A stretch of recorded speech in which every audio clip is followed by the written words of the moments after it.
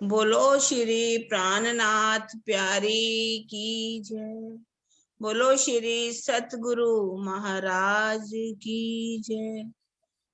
पद्मावती पुरी धाम की जय। सर्व सुंदर साथ की जय। प्रणाम जी सुंदर साथ जी। आज हम शुरू कर रहे हैं खट रूती। इसका वैसे इसको कहा जाता है षट ऋतु, 6 ऋतु। श्री राज श्यामा जी निज नाम श्री कृष्ण जी अनादि अक्षरातीत, सो तो अब जाहिर वे सब विद वतन से। अब सुंदर साथ जी यहाँ शुरुआत ही कहाँ हो रही है? निज नाम श्री कृष्ण जी अनादि अक्षर। हम यदि सोचे कि हम तारतम तो कौन सा देते हैं? निज नाम श्री जी साहिब बोलते हैं। तो यहाँ क्या लिखा हुआ है? निज नाम श्री कृष्ण जी अनादि अक्षरातीत। तो ये जो पहली किताबें जो भी हैं कीर्तन से पहले, सनन से पहले जो हवसा में उतरी, उन सभी किताबों में निज नाम श्री कृष्ण जी ही आएगा। चाहे वो रास हो, प्रकाश गुजराती हो, खटरूती हो, कलश गुजराती। फिर जब प्रकाश हिंदुस्तानी आएगा, कलश हिंदुस्तानी आएगा, इनमें निज नाम श्री जी साहिब जी हो जाएगा। सुनंद में भी निज नाम श्री जी साहिब ही होगा। लेकिन ये जो किताब कीर्तन है, जो प्रकरण पहले है, उन सब में किताब के अंदर भी निज नाम श्री कृष्ण जी ही उतरेगा। ये पहली छुपाई जो होती है मंगलाचरण के रूप में ली जाती है। अब कह रहे हैं अपने प्राणेश्वर को प्रत्यक्ष करने के लिए हृदय से निकलने वाली आहों का घनीभूत रूप क्या है? विरह। जब हमारे अपने प्रीतम को हमने प्रत्यक्ष करना है, उनके दर्शन करने के लिए, यदि हमारे हृदय दिल से जो आहें निकलती है, जो उनका घनीभूत रूप है, उसको क्या कहते हैं? विरह। यह प्रेम से पूर्व की अवस्था है। इश्क आता है उसे पहले की अवस्था है, किंतु प्रेम की ही तरह शब्दातीत है।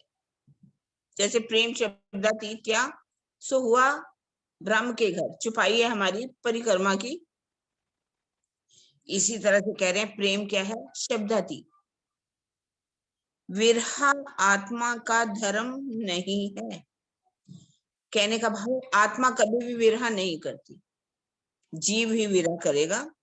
बल्कि ये समर्पण की पराकाष्ठा को प्राप्त हुए जीव के शुद्ध हृदय से उठने वाली पुकार है। जब समर्पण पूरी तरह से आ जाए, प्रकाष्ठा से भी ऊपर चला जाए, जीव के शुद्ध हृदय से जब पुकार उठती है, तो उसको विरह कहते हैं। जो अपने सर्वस्व को पाकर उसके प्रेम भरे सागर में गोता लगाने के लिए होती है। जब अपने प्रीतम को पाना चाहती है, जब शुद्ध ज्ञान के द्वारा अपने प्रेमास्पद जिससे प्रेम किया जाता है, आशिक माशूक का निर्धारण हो जाता है। आशिक कौन और माशूक कौन? और विश्वास रूपी वृक्ष की श्रद्धा रूपी डालियों में लगने वाले समर्पण का फल परिपक्व हो जाता है, तो उससे विरह की वह मधुर रस धारा प्रवाहित होने लगती है, जिसका रसास्वादन कर लेने वाला प्रेम के पवित्र आंगन में विहार करने का अधिकार प्राप्त कर लेता है। ये जो कह रहे हैं कि शुद्ध ज्ञान जब किसी के हृदय में आ जाता है, तो ये बात निर्धारित हो जाती, आशिक कौन और माशूक कौन। जब आपके अंदर पूरा ईमान आ जाए, पूरी तरह से समर्पण आ जाए, तो प्रेम जो है उसका तब समर्पण है, श्रद्धा है, पूरी तरह से आपके अंदर ईमान भी बहुत पक्का है, तो उससे कह सकते हैं कि अब उसके अंदर से विरह की रस धारा जो है बहने लगती है, जिसका रसास्वादन कब होता है? जब प्रेम के पवित्र आंगन में विहार करने का वो अधिकार प्राप्त कर लेता है, तभी उसका वो रसास्वादन प्रेम का कर पाता है। इसके लिए श्रद्धा और ईमान और समर्पण, ये जो है बहुत जरूरी है। विरहा के फूलों से उठने वाली सुगंध इतनी मादक होती है कि साधारण प्राणी तो क्या, बड़े बड़े योगी राज भी इसकी थोड़ी सी सुगंधी से बेसुध हो जाते हैं। विरहा के जब विरहा किसी के अंदर आ जाता है, कहने में लगे फूलों से उठने वाली सुगंध इतनी मदहोश करने वाली होती है कि इसमें असाधारण लोग तो क्या, बड़े बड़े योगी राज जो बहुत बहुत ध्यान लगाते हैं, उसकी थोड़ी सी भी उनको सुगंधी मिल जाए ना, तो उसमें क्या है, मदहोश हो जाए। यदि इस संसार की सबसे अनमोल वस्तुएं प्रेम, ज्ञान, एकत्व, शांति, अखंड, सौंदर्य, आनंद आदि में से एक है, और अध्यात्म का स्वर्णिम महल भी इसी की ही नींव पर खड़ा होता है।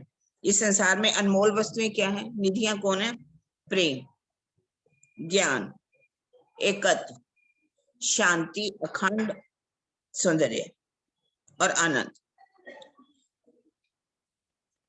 इसके लिए यदि ये सब अनमोल वस्तुएं मिल जाती हैं, तभी हम कह सकते हैं कि अब हमारा जो महल है अध्यात्म की, हम सर्वोच्च जो मंजिल है उसको तभी प्राप्त कर सकते हैं, उसके बिना हम उस मंजिल को प्राप्त नहीं कर सकते। हद के जीवों के लिए विरहा का रस प्राप्त कर पाना बहुत कठिन ही नहीं, प्राय असंभव भी है जीवों के लिए। अब अगर यहाँ पर एक बात आती है कि जीव जो है, बहुत से लोग कृष्ण को मानने वाले, आपने देखा होगा कितना रोते हैं। एक बार मैंने पूछा था, हम कहते हैं कि हद को हम कहते हैं विरहा नहीं ब्रह्मांड में बिना सुहागी ना तुम पियो की वतन पार के पार। हद के जीवों को भी बहुत से तड़फते हुए देखा, लेकिन वो तड़फते तो जरूर हैं, पर वो उस पार ब्रह्म के लिए, अपने प्रीतम के लिए, उस अक्षरातीत के लिए कभी भी विरहा नहीं कर सकते, क्योंकि उनको पहचान ही नहीं होती। ये तो बेहद मंडल की ईश्वरी और परम धाम की आत्माओं की संपदा है। ये किसकी संपदा है? बेहद मंडल की ईश्वरी और परम धाम की आत्माओं के लिए। यद्यपि परम धाम में विरहा की लीला नहीं है, किंतु जिस जीव पर ब्रह्म आत्माओं की सुरता विराजमान होती है, मात्र उसे ही विरहा का वास्तविक रस चखने का सौभाग्य प्राप्त होता है। कौन सिर्फ ले सकती हैं? परम धाम की ब्रह्म आत्माएं जिन जीवों के ऊपर बैठती हैं, वही इसका रस प्राप्त कर सकती हैं। जन्म मरण की अग्नि में जलने वाले संसारी जीव विरहा के नाम से ही भागते हैं। बेहद की ईश्वरी सृष्टि भी ब्रह्म सृष्टियों की तरह विरहा रस का रसास्वादन नहीं कर सकती, यद्यपि वह इस मार्ग पर अपने कदम अवश्य रखती है। हमें इसमें सोचना चाहिए। वो कह रहे बेहद की जो ईश्वरी सृष्टि है वो भी इस रस को नहीं ले सकती, हालांकि वो चल सकती है थोड़े बहुत कदम। ऐसा हम भी सोचे कि ऐसा हमारे ऊपर भी ना हो कि हम थोड़े से कदम रख पाए। इसलिए उन्होंने कहा कि यदि आप ब्रह्म सृष्टि हो तो ब्रह्म सृष्टि तो इस विरह रस में पूरी तरह से डूबती है। श्री मुखवाणी की किताबें हैं रास, प्रकाश गुजराती एवं हिंदुस्तानी, खट ऋतु, कलश हिंदुस्तानी, सनंद तथा सिंधी में 7 प्रकार के विरहों की स्थिति का वर्णन किया गया।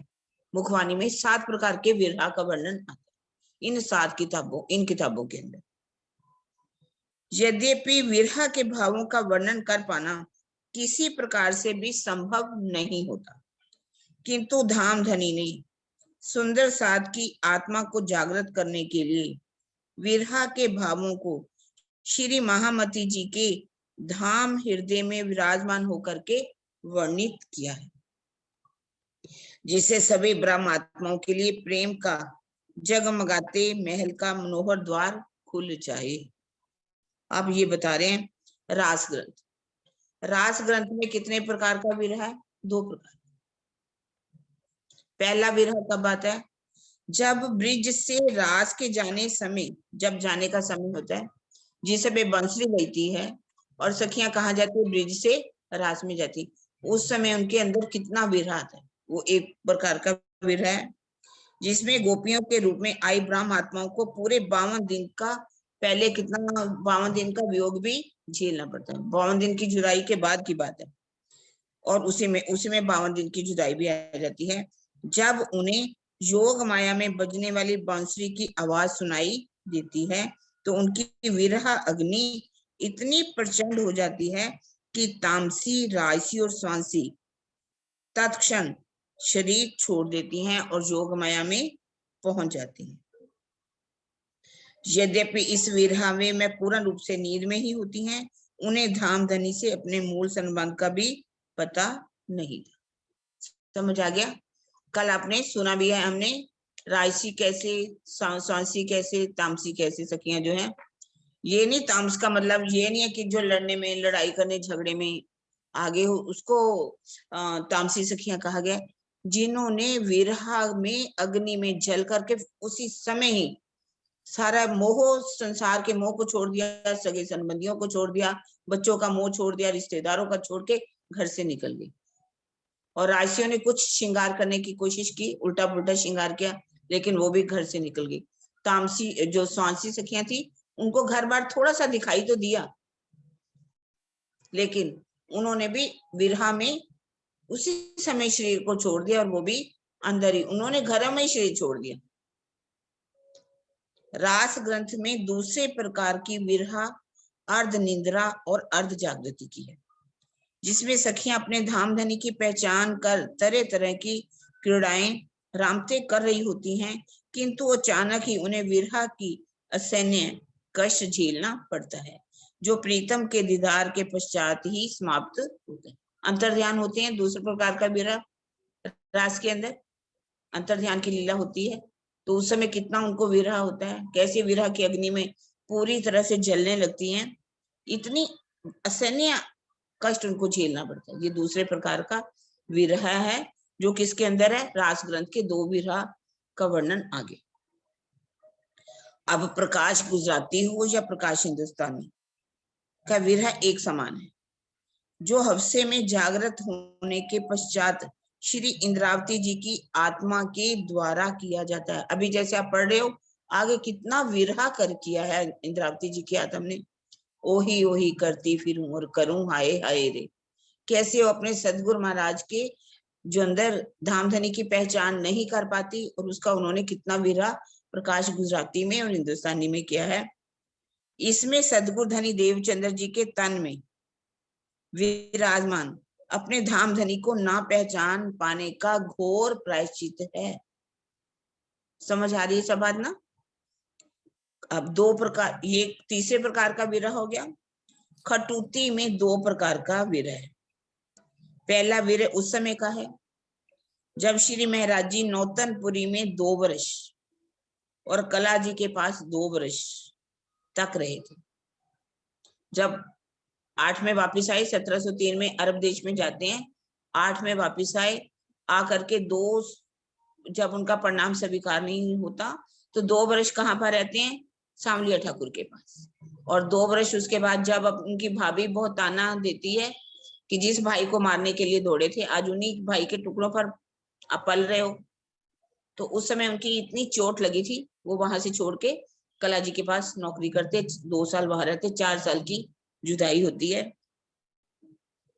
ना तो सदगुरु धनी देवचंद्र जी ना उन्हें बुला सके और ना ही वह जा सके। इस घड़ी, कठिन घड़ी में महाराज जी का हृदय विरह की अग्नि में तड़फता रहा, जिसका चित्रण 1 से 8 में किया गया। ये प्रकरण 1 से 8 में 2 प्रकार का विरह, एक सदगुरु महाराज के लिए और एक उनके धाम हृदय में स्वयं युगल स्वरूप विराजमान है, पर सुंदर साथ उनकी पहचान नहीं करते। दूसरे प्रकार का विरह में उस अवस्था का वर्णन है जब सतगुरु धनी देवचंद्र जी का अंतर्ध्यान हो चुका है, इंद्रावती जी के धाम हृदय में विराजमान हो चुके हैं, किंतु उन्हें कोई भी पूर्ण रूप से पहचान नहीं पा रहा है।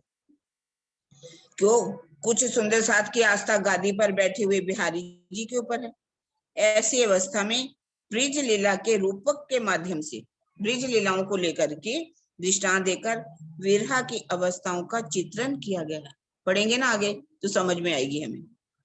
ये विरहा ज्ञान के उगते सूरज के उजाले में यही दर्शाता है कि सुंदर साथ को तारतम ज्ञान के उजाले में श्री महाराज जी के अंदर अपने प्रीतम का स्वरूप खोजना चाहिए, ना कि बालबाई कृपा से गादी पर बैठाए हुए बिहारी जी महाराज के अंदर। ठीक है ना, समझ आ गई ये। अब बात करें कलश हिंदुस्तानी में विरहा तामस का वर्णन।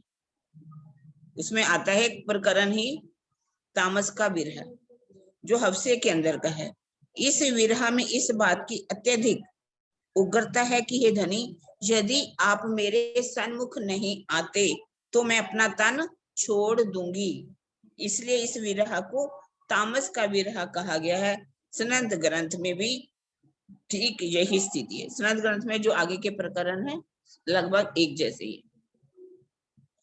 परम धाम की 4 किताबें हैं, खिलवत, परिक्रमा, सागर तथा श्रृंगार का अवतरण होने के पश्चात सिंधी का जो विरह प्रकट हुआ है उसमें ये तथ्य दर्शाया गया है, ज्ञान की पूर्णता के पश्चात प्रीतम अक्षरातीत को अपने धाम हृदय में बसाने के लिए क्या करना चाहिए। 4 किताबें उतर गई तो उसमें विरहा ये दर्शा रहा है कि यदि आपके धाम हृदय में अगर बसाना चाहते हो तो आपको क्या करना चाहिए।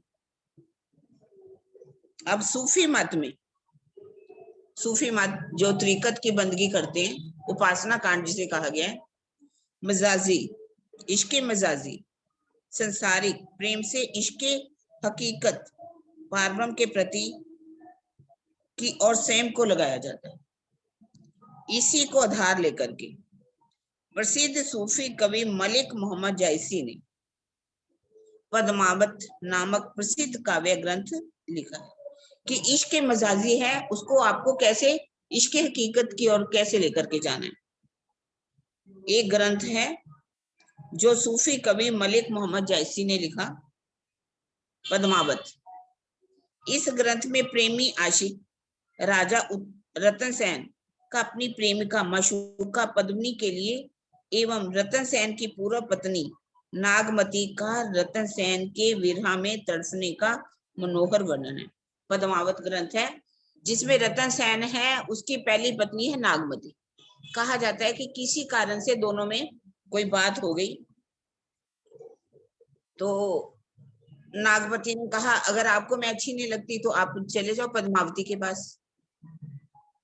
तो वो कहते ठीक है मैं चला जाता हूँ। रतन सेन ने निकलते हैं, पद्मावती को ढूंढते हैं, कैसे उनका प्रेम हो जाता है। और जो रतन सेन है वो विरहा करती हैं पद्मावती के लिए और जो नागमती है वो विरहा करती है रतन सेन के लिए। इस तरह से पद्मावत ग्रंथ में ये बात दर्शाई गई है कि वर्ष में 12 महीने 6 ऋतुओं में चित्तौड़ के राजा रतन सेन किस प्रकार सिंगल द्वीप की पद्मिनी के लिए तड़पते हैं। इस कथानक में रतन सेन आत्मा है और पद्मिनी प्रियतम पारब्रह्म, वो आशिक हैं और माशूक कौन है? अल्लाह ताला। आधुनिक काव्य जगत में इसी प्रकार की अभिव्यक्ति रहस्यवाद और छायावाद के नाम से जानी जाती है। प्रकृति अपना श्रृंगार सजकर जब प्रीतम पारब्रह्म की सार्वभौम सत्ता का प्रदर्शन करती है तो वह कबीर जी का रहस्यवाद है। इसी प्रकार जब प्रकृति के दृश्यों से स्वयं में विरह की भावना लेकर प्रीतम पारब्रह्म के प्रति भाव प्रकट किया जाता है तो उसे सुमित्रानंद पंत, सूर्यकांत त्रिपाठी, निराला जय शंकर प्रसाद, महादेवी वर्मा का छायावाद कहते हैं। इस संबंध में महादेवी वर्मा जी की ये पंक्तियां देखने योग्य हैं। मैं नीर भरी दुख की बदली, विस्तृत नभ का कोई कोना, कोई नहीं अपना होना, उमड़ी कल थी मिट आज चली, मैं नीर भरी दुख की बदली। इसमें बड़ी मार्मिक कविता लिखी गई है। खटूती की वाणी में विरहा की, कोई और पढ़ना चाहे तो पढ़ दे, यहाँ आवाज बहुत ज्यादा आ रही है, अगर आपको हाँ, फर्क नहीं पड़ता। हाँ जी। षट ऋतु की वाणी में विरहा की अति गहन स्थिति का चित्रण हुआ है। श्री महाराज जी अरब से लौटकर आते हैं, किंतु बालबाई जी के दबाव में सतगुरु धनी श्री देवचंद्र जी उनका प्रणाम नहीं स्वीकार करते। तो ये षट ऋतु का वर्णन आ रहा है कि कब प्रणाम नहीं स्वीकार करते। विवश होकर श्री महाराज जी का यह निश्चय करके वापस लौट जाते हैं। जब वो विवश हो जाते हैं तो वापस लौट जाते हैं कि जब तक स्वयं सतगुरु महाराज मुझे नहीं बुलाएंगे तब तक मैं नहीं आऊंगा। तो सबको अभी तक का प्रसंग ये पता है। अब श्री महाराज जी के हृदय में विरह का झरना फूट पड़ता है, जो षट ऋतु की वाणी में प्रवाहित होता है, होता हुआ दृष्टि गोचर होता है। वर्ष में 2-2 माह की 6-6 ऋतुएं आती हैं, 6 ऋतुएं आती हैं। उन ऋतुओं में प्रकृति के मनोरम दृश्य को देखकर श्री महाराज जी की विरहाग्नि बढ़ती ही जाती है। षट ऋतुओं के अतिरिक्त 12 मास के रूप में भी श्री महाराज जी का विरह प्रस्फुटित हुआ है। अब प्रस्तुत है श्री महाराज जी के हृदय से निकलने वाले विरह सागर की कुछ मोहक लहरें, जो हमारी आत्म जागृति में अमृत तुल्य संजीवनी का कार्य करती हैं। अब ये कितनी बड़ी बात है कि जो उन्होंने विरह किया तो वो हमारी आत्म जागृति के लिए भी एक संजीवनी बूटी होती है ना। सबको याद है राम वो लेके आए थे ना, कौन सी, इसीलिए लिखा है संजीवनी का कार्य करते हैं। लक्ष्मण मूर्छित होते ना। हाँ, वो संजीवनी लेके आए थे। हाँ, तो स्वामी हनुमान जी जी ने वही लिखा है कि संजीवनी का कार्य करेगी, यानी कि हमारा बहुत लाभ होने वाला है इस विरह खटुती का पढ़ के हमारी आत्म जागृति में। तो इसकी चौपाई अब स्टार्ट करते हैं और दूसरी अभी सुंदर साथ दूसरे पढ़ेंगे। ठीक है रोज दीदी। धाम धनी तो समझो कहीं वो कुछ छिपा रहा है, क्योंकि बिना आंसू बहाए, क्योंकि कहती है ना पहले तो हमारे विकारी नष्ट नहीं होंगे, विकार सारे अंग के, काम क्रोध दिमाग, विरह बिना ना जले कोई नहीं दिल पार। जब तक हमारे अंदर विरह नहीं आएगा तब तक हमारे अंदर जो भी विकार हैं वो विकार कभी खत्म नहीं होंगे। और फिर क्या है, दुखते विरह उपजे, विरह प्रेम इश्क, प्रेम इश्क जब आइया तब नेचे मिलिया हक। तो दुख कौन सा? दुख ये जबकि मेराज जी घर पर थे और अपने सदगुरु के पास जा नहीं पा रहे, लेकिन क्या है, जीव की जिद है। जीव ने क्या रखा है, जब तक सदगुरु नहीं बुलाएंगे मैं जाऊंगा नहीं। बाद में पश्चाताप करते हैं जब हफ्सा में होते हैं, मेरे धनी धाम के दूल्हा मैं कर न सकी पहचान, अब रोऊं मैं याद कर मारे हित के बाण। लेकिन सुंदर साथ जी ये क्या है, ये विरह, ये जीवित तो है, जो जीव आड़े आ जाता है और किस तरह से जीव उन्हें सदगुरु से मिलने नहीं देता, और किस तरह से वो खटरुति में 6 ऋतुओं में कितना विलाप करते हैं, कितना रोते हैं। बताया है ना, इसमें 2 तरह का विरह है। एक विरह तो ये है जो अभी वाणी उतरी नहीं है, 1712 में स्वयं अक्षरातीत उनके अंदर विराजमान हो गए हैं। 1715 में हफ्सा में जब वो बहुत तड़पते हैं, जब इतना रोते हैं, विलाप करते हैं, जब वो कहते हैं मैं तो अपना दे रही तुम ही राख्यो जीव, भाई मैं तो अपना दे रही थी, मेरे इस जीव को आपने रखा, क्योंकि आपने इसके द्वारा सभी सुंदर साथ को सिखापन देनी थी और इसके बाद ये ब्रह्मवाणी उतरनी थी, ये कारण थे। तो जो बाद में विरह, ये अभी बताया ना, किरण दीदी ने बताया है कि बाद में जो विरह आया, 2 तरह का विरह है ना खटरुति में। एक विरह तो ये है जब वो 4 वर्ष वहां से आए अरब से और 2 वर्ष रहे अपने घर में और 2 वर्ष रहे नौकरी पर, 4 वर्ष वो तड़पते रहे और किस तरह से ये वाणी उतरी अंदर से, जबकि वर्णन इसका बाद में किया गया जब ये वाणी उतरी बाद में। और दूसरा विरह जो हफ्सा में किया उन्होंने, जब सम अक्षरातीत उनके अंदर विराजमान हुए। और जो एक विरह, 7वां विरह बताया गया है, जो कि 4 किताबें जो कि निज बुद्ध की हैं, वो उतरने के बाद सिंधी ग्रंथ में देखो, पहले इंद्रावती जी क्या कह रही हैं, मांगत हूँ मेरे दूल्हा मन कर करम वचन, ए जिन तुम खाली करो मैं अर्ज करूं दुल्हे। और सिंधी में कह रही है कि मांगना भी गुनाह है, क्योंकि क्या आ गई, निज बुद्ध, ये पहचान हो गई, मैं और धनी अलग है ही नहीं। धनी से मांगना किस लिए, हमारा अधिकार है, हमारी, हम धनी से हुज्जत करें, दावा ले, यह दामदनी मैं आपकी अंगना हूँ। तो वो विरह जो है, जब इस तरह की पहचान हुई निज बुद्ध से, तो कहते हैं निज बुद्ध न आवे आज्ञाए, तोलो न छूटे मोह, आत्म तो अंधेर में बुद्ध बिना बल ना होए। ये आत्म हमारी अंधेर में है। जागृत बुद्धि से हमें पहचान होती है, ठीक है, हमें जागृत बुद्धि के द्वारा कान कान प्रीतम अच्छा चित्त की पहचान हुई। लेकिन जब तक देखो, जब तक ऐसा विरह नहीं आता, इतना विरह, इतनी तड़फ, तब तक दामदनी नहीं मिलते। जैसा कि अभी उदाहरण के द्वारा समझा आपने, जो श्री अक्षरदेव श्री राजेंद्र स्वामी जी ने बड़ी विस्तार से भूमिका में सारा बताया है कि किस तरह से जो रतन सेन सिंगल द्वीप की राजकुमारी पद्मावती से उसके विरह में तड़पता है, जबकि सूफी संत क्या कह रहे हैं, इश्क से थी हारिए जिताबे इश्क, इश्क से इश्क न आवी इश्क करे बेशक। वो कहते हैं कि जब हम संसार से मुँह करते हैं तो हमें क्या है, परमात्मा के प्रति प्रेम आ जाता है।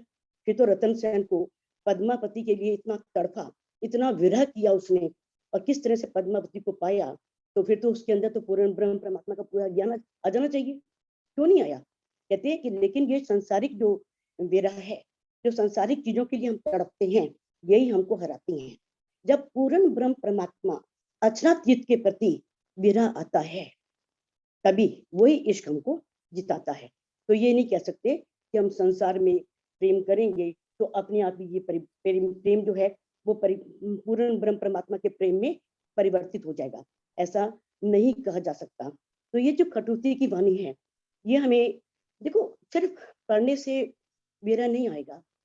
आपने या हमने, हम सब ने शायद खटुती की वाणी टीका के माध्यम से सब सुंदर 7-8 बार तो पढ़ चुके होंगे, कम से कम 6-7 बार तो पढ़ चुके होंगे टीका। तो विरह कब आएगा, जब निजबुद्ध आएगी, जब धामधनी हमें अपने घर की पहचान देंगे, जब हमें परम धाम का पता लगेगा, पूर्ण ब्रह्म परमात्मा की पहचान आएगी, तब विरह आएगा। जब हम उनके लिए तड़फेंगे, जब हम चितवनी में बैठेंगे, जब अंधेरा दिखाई देगा, कुछ दिखेगा नहीं, फिर ये मन में आएगा कि है धामधनी अक्षरातीत। अब जैसे मैं अभी आपके इस ग्रुप में कितना देख रही हूँ कि सबके अंदर एक दर्द है पूर्ण ब्रह्म परमात्मा अक्षरातीत को पाने का, तो ये दर्द ही हमको आगे ले जाएगा। तो अब खटुती के माध्यम से हमें धामधनी अक्षरातीत जो ये विरह है, इस विरह के माध्यम से हम सभी सुंदर साथ को ये प्रेरणा दे रहे हैं कि हमें भी इसी मार्ग पर चलना है। जब इतना विरह आ जाएगा तो धामधनी अक्षरातीत मिलने में देर नहीं लगाएंगे। तो कहते हैं ना कि जो लो इश्क न आइया तो लो करो उपाय, इश्क जोश जब आपसी पल में देसी पट उड़ाए। तो जिस तरह से जब इश्क का जोश आएगा ना, जब अंदर सबसे पहले पूर्ण ब्रह्म परमात्मा के दीदार होने से पहले उनका जोश आता है, जो जबराई जोश का फरिश्ता हमें इससे बेहद के ब्रह्मांड से और बेहद के ब्रह्मांड से पार करता है और आगे इश्क लेके जाता है। तो उस तरह से पहले जोश आता है, फिर इश्क आता है। तो जब वो जोश आएगा तो आपके अंदर एक तड़प पैदा होगी, एक दर्द पैदा होगा, यह धामधनी। बस हमें प्रश्न नहीं करना, किंतु परंतु नहीं, क्योंकि अगर देर लग रही है तो इसका मतलब हमारे जीव के अभी जो संस्कार हैं वो दग्ध नहीं हुए, वो जले नहीं। जब तक वो जलेंगे नहीं विरह में, तब तक जब तक वो पाक साफ दिल आत्मा नहीं होगी, तब तक पूर्ण ब्रह्म परमात्मा के दीदार नहीं हो सकते। तो सुंदर साथ जी, हमें तो इसमें प्रयासरत रहना है, लगे रहना है, जुटे रहो, लगे रहो। हम भी सब जुटे हुए हैं, लगे हुए हैं। धामधनी तो पूर्ण ब्रह्म परमात्मा अक्षरातीत तो मेहर के सागर हैं, दया के सागर हैं। वो कैसे नहीं अपनी रूहों पर कृपा करेंगे, क्यों नहीं दया करेंगे, जब वो समझेंगे कि वास्तव में ये रूह अब ये चाहती है तो उसे वो अवश्य देंगे। क्योंकि एक रूह की इच्छा ही धनी के लिए हुक्म बन जाती है। जब रूह के अंदर ये इच्छा पैदा हो जाती है कि है धामधनी अच्छा चेत, अब कुछ और नहीं चाहिए, अब आप ही चाहिए। तो उन्हें लगता है कि हाँ अब इस रूह को मिलना है, अब इस रूह के पास जाना है, क्योंकि बिना उनके ना तो इल्म आ सकता है और ना ही इश्क आ सकता है। तो जब सभी किताबों का सार यही निकलता है कि चितवनी में डूबो, जितना चितवनी में डूबोगे उतने ही, कहते हैं जिनको जा तिन पाइया गहरे पानी बैठ, मैं वो पूरा बुरन रहा किनारे बैठ। जो किनारे पे बैठा हाँ और जी डूबेगा नहीं, अंदर डुबकियां नहीं लगाएगा, मर्जिया नहीं बनेगा, तब तक वो हीरे मोती जवाहरात उठा करके नहीं ला सकता। अगर इस वाणी के अनमोल खजाने को प्राप्त करना है तो जैसा अनिल श्रीवास्तव भाई साहब जी कहते हैं कि सुंदर साथ जी, वाणी को पढ़ना नहीं, वाणी में जेलना करनी, तो इस वाणी में जेलना कर सफलता अवश्य मिलेगी। प्रणाम सुंदर साथ जी, प्रणाम। प्रणाम जी। अमिता दीदी आप पढ़ोगे? दीदी मेरे पास तबीयत किताब ठीक नहीं, नहीं है ना, हाँ कर जी हाँ जी हाँ पाऊंगी। जी, आप ठीक नहीं लग रहे। हाँ जी हाँ जी, शशि दीदी आप खोल लो। किताब नहीं है दीदी मेरे नहीं पास। नहीं, हाँ आपको नहीं जी, कह रहे, नहीं आपको नहीं कह रहे, शशि दीदी। हाँ। प्रणाम जी। वर्षा ऋतु, वर्षा ऋतु, आषाढ़ सावन, राग मलार। वर्षा ऋतु का समय आषाढ़ सावन जुलाई अगस्त में होता है। संगीत के क्षेत्र में मल्हार राग गाने से वर्षा होने की बात कही जाती है। इस राग को मियां मल्हार भी कहते हैं, क्योंकि मियां तानसेन नामक प्रसिद्ध संगीतकार ने इस राग की खोज की थी। इसी प्रकार सूरदास जी के द्वारा खोजे गए मल्हार राग को सूर मल्हार कहते हैं। वर्षा से संबंधित होने के कारण वर्षा ऋतु को भी मल्हार कहा जाता है। ये बात इस प्रकरण की चौपाई 2, 5 और 12 से सिद्ध है। मारा वाला जी रे वल्लभ, कहूं एक विनती रे, मारा करम तनी रे कथाए, सुनो मारी आप बीती रे। श्री इंद्रावती जी कहती हैं कि हे मेरे प्राणेश्वर, मैं आपसे ये प्रार्थना करती हूँ कि मेरे साथ जो कुछ भी घटित हुआ है और मैंने आपके प्रति जो कुछ भी अपराध भरा कार्य किया है, उससे मैं वापस कहना चाहती हूँ। आप अवश्य ही उसे सुनने का कष्ट करें। भावार्थ, इस चौपाई में ये संशय होता है कि जब पूर्व में कहा जा चुका है कि विरह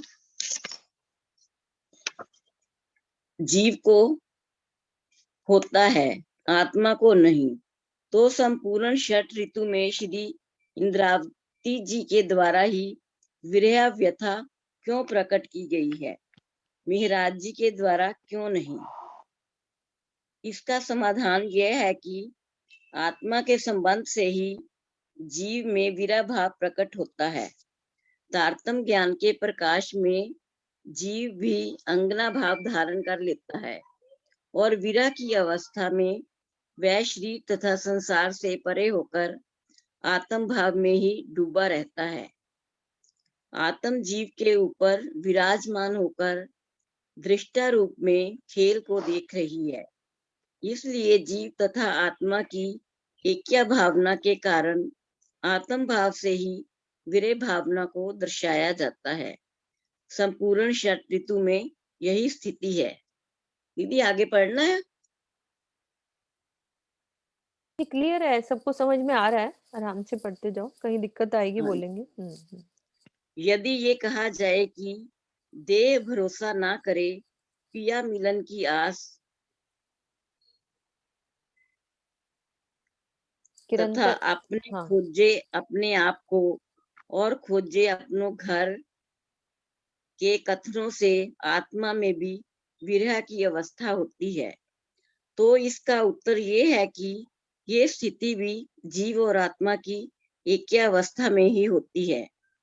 विरह, प्रेम तथा खोज की जो मानसिकता श्री देवचंद्र जी एवं मेहराज जी में होती है, वही बिहारी जी या औरंगजेब के अंदर क्यों नहीं होती?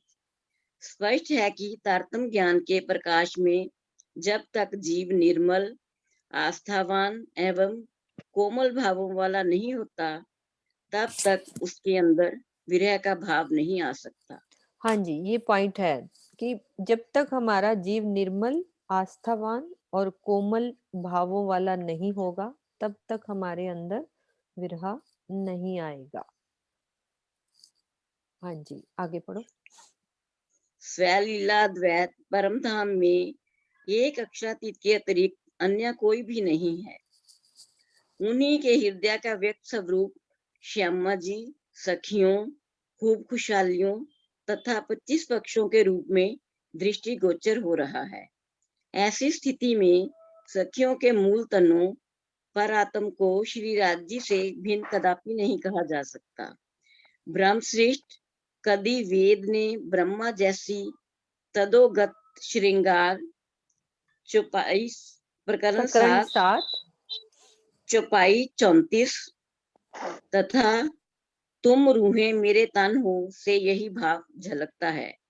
क्या अक्षरातीत स्वयं से अलग हो सकते हैं? क्या सूर्य से उसकी तेजस्विता तथा शक्कर में से उसकी मिठास को अलग किया जा सकता है? यदि नहीं तो ये किस प्रकार कहा जा सकता है कि आत्मा से भी धनी का वियोग होता है, वियोग की अवस्था में ही तड़पा जाता है। किंतु यहाँ ये प्रश्न होता है कि जब आत्मा विरह ही नहीं करती तो तारतम वाणी में सर्वत्र आत्मा को ही विरह में डूबा हुआ क्यों कहा गया है? विरह नहीं ब्रह्मांड में बिना सुहागिन नार का कथन क्या सिद्ध करता है? वस्तु ऐसी दीदी, इसके आगे और सुंदर साथ पढ़ लेते हैं, है ना? अच्छा जी, लंबा है प्रणाम काफी। जी। हाँ हाँ जी, हाँ, दूसरे सुंदर साथ पढ़ लेते हैं इसके आगे, है ना? अभी लंबा है, थोड़ा सा और पढ़ लेते हैं। हाँ हाँ जी सरोज दीदी। आत्मा के धाम, वस्तुतः आत्मा के धाम हृदय में धाम धनी अव्यक्त रूप में सदा ही विराजमान रहते हैं, किंतु उसे इसका आभास नहीं होता, क्योंकि उसकी दृष्टि द्वैत शरीर संसार में आ चुकी होती है। उससे भी परे होने के लिए अंगना भाव के साथ जीव को विरह में तड़पना ही पड़ेगा। यही कारण है कि ब्रज, रास तथा जागनी में ब्रह्मात्माओं को विरह का अनुभव करना पड़ा है। परम धाम में ना तो कभी विरह की लीला हुई है और ना कभी होगी। केवल ब्रह्म की अद्वैत भूमिका में विरह की जो लीला हुई वे धाम धनी की प्रेरणा से हुई। केवल ब्रह्म की भूमिका में वियोग रस की लीला होती है। ये भी ध्यान रखने योग्य तथ्य है कि रास में सखियों के साथ उनके जीव भी थे। रास में सखियां स्वयं को जीव भाव से पूर्णतया अलग नहीं कर पाई थी। रास के इन कथनों में ये बात स्पष्ट होती है कि श्री राज श्यामा जी तथा परात्म की तरह ही आत्मा का भी विशुद्ध गुण प्रेम ही है, विरह नहीं। जीव के द्वारा आत्म भाव में विरह में तड़पने के कारण आत्मा को भी विरह के भावों में दर्शाया जाता है, क्योंकि आत्मा के ही संबंध से उसे विरह का अमृत रस प्राप्त होता है। हाँ जी, क्या समझ में आया इतनी बात में? हमें इसका सारांश सुंदर साथ को समझ में आया कि खाली हम पढ़ रहे हैं ये बात कि कैसे आत्मा और जीव में क्या फर्क करके दिखाया, क्यों विरह कहा गया है? कोई सुंदर साथ जिसको सारांश समझ में आया रेज हैंड करेंगे। क्या समझ में आया?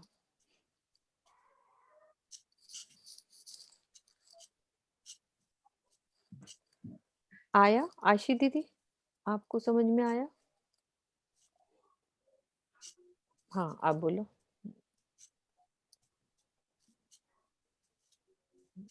एक मिनट आशी दीदी, दोबारा खोलो। प्रणाम जी, प्रणाम जी सुंदर साथ जी। एक सेंटेंस में अपनी बात बोलूंगी। इसमें ऊपर सारा स्वामी जी ने हमें समझाया कि जीव विरह करता आत्मा नहीं, क्योंकि आत्मा आनंद अंग है, अक्षरातीत का क्षमा महारानी का अंग है, और राज्य खुद कह रहे हैं रूह तुम मेरे तन हो। जब हम उनसे अलग ही नहीं, ना राज्य से अलग ना श्यामा जी से अलग, तो आत्मा कैसे विरह कर सकती है? विरह जीव करता है। लेकिन जहाँ हमें ये बात बताई गई है कि आत्म भाव में विरह करने के बाद ही राज्य मिलेंगे, तो आत्म भाव में विरह का मतलब क्या है कि जीव अपने भाव को भूल ही जाए, क्योंकि वाणी में कई छपाइयां आती है ना, जीवे आत्म अंधे करी, आत्म को भी अंधा कर लिया जीव के साथ मिलके, आत्म अलग अपने आप को पहचान ही नहीं कर पा रही। जब उसकी पहचान हो जाती है तो जीव भी आत्म भाव में ही आ जाता है। एक प्रकरण वो भी आता है ना, मेरे जीव सुहागी रे, जब पहचान हो गई आत्म और जीव अलग अलग हो गए अपनी रहनी में, तो जीव सुहागी हो गया, यानी कि जीव भी आत्म भाव में आ गया। इसलिए इसके एंड में लिखा है जीव के द्वारा आत्म भाव में विरह में, मतलब जीव भी अब आत्म भाव में आ चुका है और वो अलग नहीं है, क्योंकि उसने समर्पण कर दिया, पूरा विश्वास कर लिया राज्य पे कि मैं अपनी पहचान का विश्वास पूरा कर लिया कि मैं यहाँ नहीं हूँ, मैं कौन हूँ, मैं राज्य आपकी अंगना हूँ, मैं आप ही को पाना चाहती हूँ। तो जब ये दृढ़ता आ गई तो जीव के द्वारा आत्म भाव में विरह में, बेशक कर जीव रहा है विरह, लेकिन वो आत्म भाव में आके कर रहा है। इसलिए जीव के द्वारा आत्म भाव में विरह में तड़पने के कारण आत्मा को भी विरह के भावों में दर्शाया जाता है। जबकि वैसे बता दिया उन्होंने कि आत्मा आनंद अंग है, इसलिए क्योंकि आत्मा के ही संबंध में, इसका कारण क्या है कि आत्मा ही तो जीव के ऊपर आई है, दोनों ने मिलके, जीव ने ही तो पहचान कराई, तभी आत्मा अलग हुई तो उसने राज्य को पहचाना, राज्य वाला संबंध भी पहचान लिया, श्यामा जी वाला भी। तो जब वो अलग होगी तो जीव भी आत्मा भाव में आ गया। वैसे अलग अलग देखा जाए तो हमें समझा रहे हैं कि जीव विरह नहीं करता, सॉरी, जीव विरह करता है, आत्मा विरह नहीं करती। लेकिन जब मिल गए, समझ गए, तो जीव के द्वारा ही आत्म भाव में विरह के तड़पने के कारण आत्मा को भी विरह के भावों में दर्शा दिया जाता है। क्यों? क्योंकि आत्मा के ही संबंध से उसे, आत्मा ना आती तो जीव को विरह थोड़ी, तो जीव ने अपने रिश्तेदारों का विरह करना था कि मैं बड़ी दूर चले गई, मेरा दिल नहीं लग रहा, आ जाओ मेरे पास। जब वो आत्म भाव में आ गई, उसको समझ आ गई, तो अब उसको आत्मा के संबंध से ही विरह का रस प्राप्त हुआ। तो ये तो अमृत रस है, जहाँ लिखा है ना, विरह अमृत के रस ही है। संबंध, आत्मा के ही संबंध के कारण जीव को विरह रस का अमृत मिला है। जब ये अमृत रस विरह मिलता है, तो स्वामी जी यही बताते हैं हमेशा, मैं बहुत सारा पढ़ती हूँ टीका उनका, तो वो यही बताते हैं कि पहले ही विरह आएगा, उसके बाद ही प्रेम परिपक्व होगा, उससे पहले नहीं। जब तक विरह नहीं आता, अभी दीदी ने समझाया भी था ना, ये कोई ना कहना कि विरह के बिना राज्य मिल जाएंगे, नहीं मिलेंगे।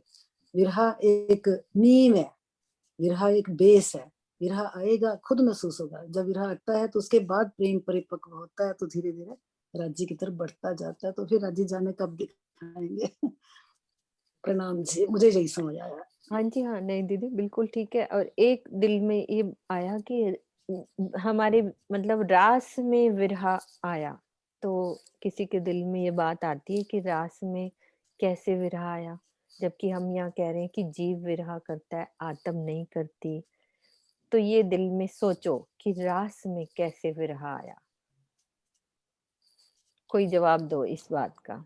बेशक कि पहचान नहीं थी, बेशक पहचान नहीं थी, लेकिन प्रेम में रहते थे ना हमेशा, नहीं, रहते तो एक प्रेम में रीजन थे है ना। आशी दीदी, एक रीजन है। 52 दिन की जुदाई थी, 52 नहीं दिन नहीं, की वो जुदाई थी वहां ना। जाके, वहां तो बेहद में क्या था।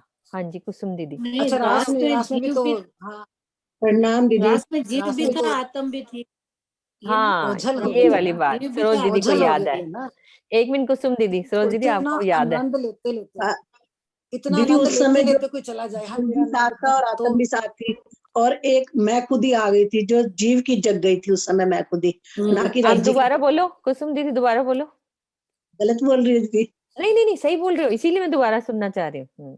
ठीक बोल रहे हो, मैं आ गई थी ना, उस मैं समय अभी मैं राज्य खुद मिल ही नहीं आ गया गई नहीं, था। थी। कुछ और बोल रही है आशी दीदी, एक मिनट दोबारा बोलो कुसुम दीदी। उस समय जीव और आत्म दोनों साथ थे। तो हाँ, उस समय, ये वाली बात है आशी तो दीदी। उस समय जो जीव की मैं खुद ही खड़ी हो गई थी। हमारे जीव भी गए थे ऊपर बेहद मंडल में, तो जी जी जीव विरहा जी, करता लिखा है, अभी पढ़ा है, हाँ, है ना। जीव साथ वही में। वाली रीजन है कि बेहद मंडल में, है ना किरण दीदी, बात हाँ जी। यही है ना। हाँ, हाँ अनम्यूट हाँ, करो। आपने आज ही पढ़ा है, सरोज लिखा था दीदी ने इसमें, भी यही सही था। बोल दिया कि रीजन यही था हाँ कि अब ये कि हमको वो अब हम कृष्ण लीला थोड़ी सी समझ रहे हैं ना, तो दिल में ये बात क्लियर हो गई कि कैसे हमारे रास में हमारे जीव भी गए थे साथ में, तो विरहा जी, जी। हुआ जब बिछड़ने का, तो वो वाली बात क्लियर हो गई। जी, चलते जी, हैं उन भगत जीवों ने ही नए तन धारण करे थे। नए ठीक है, धारण कर नए लिए तन ना, धारण करे ना, तो फिर योग वो माया के विरहा किया, ब्रह्मांडों जब में। वो अंतर ध्यान हुए तो विरहा आ गया। वैसे तो उन्होंने ये भी क्लियर किया ना कि परम धाम में तो विरहा होता नहीं है, विरह तो होता है। बेहद मंडल में वो तो क्यों विरहा हुआ, यानी कि बेहद मंडल में क्यों विरहा हुआ ना, उसका रीजन ही बताया ना कि ये हुआ। ठीक है, अगली चौपाई लेते हैं हम अपन। ठीक। वह- यहाँ पर भी जितनी जो कुर्बानी करेगा विरह उतना आएगा। जैसे कि मेराज जी ने कुर्बानी की, देवचंद्र जी ने कुर्बानी की, उनको दर्शन हुआ। बिहारी जी वहीं पर, बिहारी जी भी थे ना, बिहारी जी को दर्शन नहीं हुआ, उनको कुछ भी नहीं, क्योंकि उन्होंने विरह ही नहीं किया। औरंगजेब था, शकुंडल और शाकुमार दोनों थे वहां पर। शकुंडल ने कुर्बानी कर दी, श्रद्धा ले आए, समर्पण पूरा कर दिया, उनको सब कुछ मिला। लेकिन उसके उल्ट शकुंडल जो थी, शाकुमार जो थी, उसने कुछ कुर्बानी नहीं की, उसको कुछ नहीं मिला। ना वो विरह में डूबे, ना उनको पहचान हुई, ना श्रद्धा आई, ना समर्पण आया, कुछ भी नहीं आया। हमारी श्रद्धा, समर्पण, प्रेम, एकत्व, एक क्या होना चाहिए, जीव और आत्म के साथ एक भाव होना चाहिए, तब हमें विरह आएगा। विरह आएगा तो धनी का दीदार होगा। कई सुंदर साथ कहते हैं हमारे अंदर क्या कमी है, क्या कमी। हमें अपने अंदर खुद ही, वाणी आईना है, वाणी सब कुछ है, हम इसमें से देख सकते हैं हमारी कमियां क्या है। हमें विरह क्यों नहीं आ रहा, हमें राज्य का दीदार क्यों नहीं हो रहा, ये वाणी हमें सब एक एक बात बता रही, इससे हम अपना देख सकते हैं सब कुछ। ठीक है ना, ठीक है। अभी तो कोई कमी कह नहीं सकते, सारी कमियां हैं। हाँ जी, सारी श्रुति आगे लो, आप चौपाई लेना। कहाँ से लेनी है चुपाई? वाला आव्यो रे मास अषाढ़ के रुत मलारनी रे, जानू करी रे वाला सो विलास, लेसु लान अधारनी रे। मेरे धाम धनी, इस समय आषाढ़ का महीना चल रहा है, जिसमें वर्षा ऋतु का अति मनोहर समय है। मेरे मन में ऐसी इच्छा हो रही है कि मैं अपने जीवन के आधार प्रियतम अक्षरातीत के साथ आनंद में मगन होकर रहूं। भावार्थ: विलास का तात्पर्य है सुशोभित होना। प्रियतमा आत्मा यानी कि आत्मा की वास्तविक शोभा अपने प्राण वल्लभ की संदिग्धता से ही है। दूर रहकर वह स्वयं को एकाकीपन में असहाय पाती है। उसे लगता है कि वह आंतरिक रूप से सुखी व संतुष्ट नहीं है। श्री महाराज जी एक ही नगर में नौतनपुरी में रहते हुए भी ऐसा अनुभव कर रहे हैं कि जैसे वे अत्याधिक खिन्न से हो।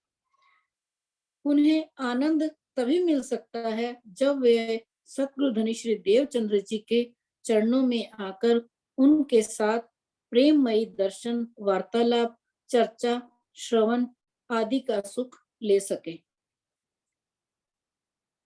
मारी जोगवाई हुती जे सुफल था से आवारणी रे, जानियो आवी माया माहे भाजसु हाम संसारनी रे। पूर्व काल पहले से ही यह मैं सोचा करती थी कि अब इस जागनी ब्रह्मांड में मेरे शरीर की सार्थकता सिद्ध हो जाएगी, क्योंकि मेरे प्राणेश्वर भी मेरे साथ माया में आए हुए हैं, जिन्हें मैं जी भरकर रिझाने की अपनी चाहना पूर्ण कर लूंगी। भावार्थ: प्रेम और सेवा के द्वारा अक्षरातीत श्री राज्य को रिझाया जाता है। प्रेम का तात्पर्य है अपने धाम हृदय में युगल स्वरूप को बसाना, तथा प्रेम का तात्पर्य है तन मन एवं धन को जागनी कार्य में झोंक देना। शारीरिक बल से शारीरिक सेवा होती है, मानसिक या बौद्धिक बल से ज्ञानार्जन किया जाता है और उसे फैलाया जाता है। धर्म पूर्वक उपार्जित धन का कुछ अंश जागनी कार्य में अवश्य ही लगाना चाहिए। यही तन मन और धन की सेवा है। इसी प्रकार प्रेममयी चितवनी ही आत्मा के द्वारा की जाने वाली सेवा है। बरखा रुते हाँ जी सरोज करने दीदी, पहले इसको क्लियर करो, चुपई खाली पढ़ो नहीं ना, कि क्या कहना चाह रहे हैं राजी। मारी जोगवाई होती जे, क्या सफल कौन से अवतार करने हमने, कैसे करना है? मारी जोगवाई होती जे सुफल था से अवारणी रे। जोगबाई का अर्थ क्या है? शरीर का, हाँ, अंतःकरण का, अपनी इंद्रियों नहीं का, थोड़ी सी सब इसको बात क्लियर करनी करेंगे है। ना तो अच्छे से सहूर होता है। आप करो किरण दीदी। नहीं करो करो, कोई बात नहीं, आप आप बोलिए बोलो, बोलिए। सब नहीं बोला मेरे करो। से एक ऐसे कभी मत, अब आता तो देखो किरण दीदी और ज्योति दीदी तो अच्छे से कर ही लेंगी, सब सुंदर साथ कब बोलेंगे, कब उनको मौका मिलेगा, कब आगे बढ़ेंगे? सभी को बोलना है, पढ़ के समझ के अपना भावार्थ ही तो बोलना है कि मुझे क्या समझ आया, सारांश, बिल्कुल छोटी सी बात कि समझ में क्या आई, कि तन मन धन क्या होता है, कैसे मुझे सेवा करनी, सबको जागनी करनी है। खाली ज्योति दीदी और किरण दीदी नहीं करेंगी, हमें सबको अपने आप को भी जगाना है और दूसरे को भी बताना है। उन्होंने बोला ना कि कैसे मैं बात पता चले और कैसे सबको बताऊं। रचना दीदी आप बोलो, सबको बोलना है। ऐसे तो मैं ज्योति दीदी को अभी अनम्यूट कर दूंगी, वो पूरा अच्छे से खुलासा कर देंगी, किरण दीदी को अभी कर देंगे तो कर देंगे, सब सुंदर साथ को पता लगे ना वराज जी क्या कहना चाह रहे हैं। ऐसे तो घर में हम पूरा पाठ तो घर में भी पढ़ ही लेंगे।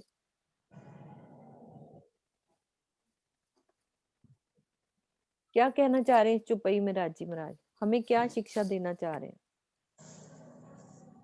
इसमें पहले तो मेराज ठाकुर भाई विरह कर रहे हैं कि भाई एक शहर में पास पास रह के भी मैं सोच रही थी कि भाई इसमें यहाँ पर मैं रह के अपने धनी के सामने साक्षात होकर मैं उनसे साफ बातें करूंगी, उनसे विलास करूंगी, लेकिन अब वो अलग अलग हैं क्योंकि उन्होंने परिणाम स्वीकार नहीं किया था। तो मेरा उन्होंने यही विरह उत्पन्न हुआ, तो उन्होंने यही कहा था कि जब तक मेरे को मेरे सतगुरु महाराज बुलाएंगे नहीं तब तक मैं नहीं जाऊं। हाँ, दूसरी चुपई आपने जो पढ़ी उसका। दूसरी में वो तन मन धन की, मतलब तन की सेवा हो गई, तन को बिल्कुल अपने जागनी कार्य में झोंक देना है, हमने बिल्कुल कुछ नहीं सोचना है। एक तो ये सेवा कही है, और शारीरिक बल से सेवा करनी है। मानसिक तन से मतलब जैसे तुम्हारे अगर जो भी तुम्हारे अंदर ज्ञान है, जो भी तुम किसी से बात कर सकते हो वो तुम बाहर जाके सबसे बात करो जितना हो सकता है। और धन की सेवा बताई है, जो भी हमारे पास जितना भी है, जिसने भी हम समर्थ हैं, तो उसमें से कुछ हमें अंश सेवा में लगाना चाहिए, हाँ, अब वही ना बात है ना। कि हम बोल रहे हैं ना, हाँ बिल्कुल, कि अब मेरे को पता लग गया, तन से मुझे शारीरिक काम करना है, मन से आत्मा की जागनी करनी है, महाराज जी की तरफ लगना है, आत्मा को ध्यान में लगाना है, और धन से जो भी हम कुछ अंश दे सकते हैं राज्य की सेवा में, वो सेवा करनी है। ठीक है, अब प्रेम चुपई की का। सेवा भी है, और प्रेम इसी की सेवा प्रकार है। प्रेममयी इसी प्रकार प्रेममयी चितुनी के द्वारा भी हाँ, हमने करनी है, सेवा करनी है। है ना? अब बताओ, ऐसा करने से चुपई ज्यादा क्लियर होती है ना? ऐसे तो घर में सभी पढ़ लेंगे, ऐसे लाइन बारी लाइन तो सभी पढ़ लेंगे ना। बाई चांस कहाँ थोड़ी सी बात करने वाली है तो हम मिल के करेंगे, खाली हम ज्योति दीदी को कहें, किरण दीदी को कहें, ये तो इजी सी बात है ना, हम सब बोल सकते हैं। जहाँ कहीं दिक्कत आएगी ना, गुज खिलवत की बातें होती है ना, तो दो हमारे पास बैठे हैं महारथी, तो हम इनको पकड़ लेंगे। तो है। जहाँ गुज खिलवत की बात हो जाती है ना, भाई हमें नहीं समझ में आ रही वो वाली बात, तो पढ़ हाँ, लेंगे। अगली अगली चौपाई। नहीं, अब 5 बज गए दीदी, चुप ही तो रहो। हाँ 5 हो गए, फिर यही दोहरा दो, हाँ जी हाँ जी। है ना। हम्म मारी जोगवाई होती जे सुफल था से अवारणी रे, जानियो आवी माया माहे, भासु माम संसारनी रे, भासु माम संसारनी में। बोलो श्री प्राणनाथ प्यारे की जय, बोलो श्री सतगुरु महाराज की जय, बोलो श्री पन्ना धाम की जय, बोलो श्री सर्व सुंदर साथ की जय। प्रणाम जी, प्रणाम जी। सरकार श्री हमें क्या क्या देंगे, उसके अलावा ये अब हमारे सदगुरु क्या है, नित्य नूतन चीजें सरकार श्री ने पूरी वाणी खोल दी हमारी, एक एक जो स्टार्ट किया सरकार ने मिशन हमारा, वाणी खोलने का, जो अब वो दिन पर दिन राज्य महाराज उन्होंने इतना दिया, फिर और इतना, अभी कोई सब बढ़ता ही जा रहा है ना राज जी का लाड। हाँ जी खोल दो सब। अब जो उसका करा है